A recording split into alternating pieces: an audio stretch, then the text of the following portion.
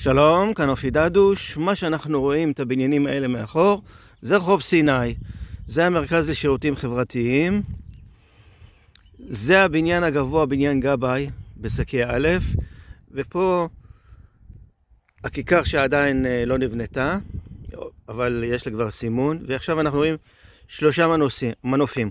אחד המנופים הורכב השבוע, והמנוף השני הורכב לפני גם שבוע ומשהו.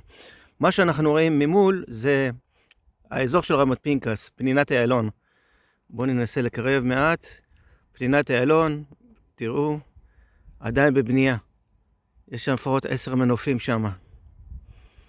אגב, בבניינים הראשונים ברחוב שרה אהרונסון, לחידושכם, שרה אהרונסון, כן, כבר מתגוררים שם. ופה אוטוטו מתחילים לצמוח הבניינים. אז נבוא לבקר בהזדמנות קרובה. אופי דדוש.